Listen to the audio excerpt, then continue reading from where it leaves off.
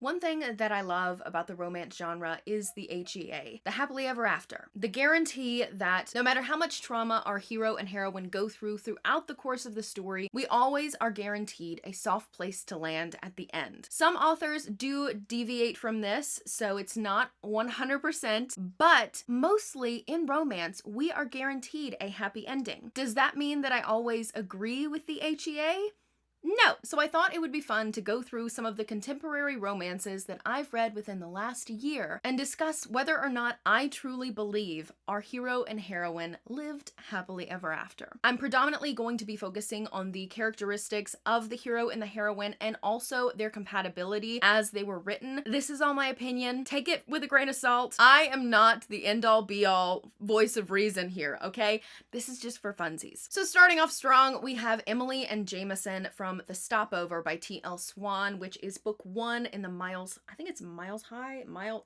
High Club. Absolutely heck no, they did not stay together. Their relationship is so tumultuous, it's so explosive. They are constantly battling each other. Jameson does a lot of things and says a lot of things to purposefully hurt our heroine. Even with massive amounts of therapy, there is no way that these two stayed together. Carrying on with the Miles High Club, because I read them all very consecutively, we have Claire and Tristan from The Takeover. Absolutely, they had a happily ever after. In my brain, they are living their best life. Their relationship, though it was bumpy at some times, Claire and Tristan really made it work within the story, and I feel like they have so much chemistry outside of the bedroom as well as within it. Let's just keep going with Miles High, because that's just what I've got in my head. Finally, for the Miles High Club series, we have Kate and Elliot. No, because of some things that Elliot does and says and some of the feelings that he has throughout the book. He is a very conflicted man, and he has a lot of issues with commitment and also communication. Next, we have Delilah Green and Claire Sutherland from Delilah Green Doesn't Care. Absolutely, they stayed together. They are so delicious. Claire and Delilah are kind of eccentric. Claire is more of the sunshiny kind of character, and Delilah is, of course, the grump. You know I love a grumpy sunshine. Of course, they have bumps in the road, but generally their communication is pretty good. I also think that they work well as a family with the addition of Claire's daughter in the mix, and I think their happily ever after is valid. I think it's real. Jordan and Astrid from Astrid Parker Doesn't Fail. I don't think they stay together. I really don't. Astrid does have some self-growth within this book, but I feel like she has still a long way to go, especially with her communication and the way that she treats others. She is kind of a manipulative character, and Jordan is very eager to please, and she really wants people around her to be happy. Jordan is a 100% loyal character, and Astrid is kind of more on the selfish side. I feel like the conflict that we have within this book is more of a foreshadowing for conflict that they would have in the future for their relationship. So do I think they had an HEA?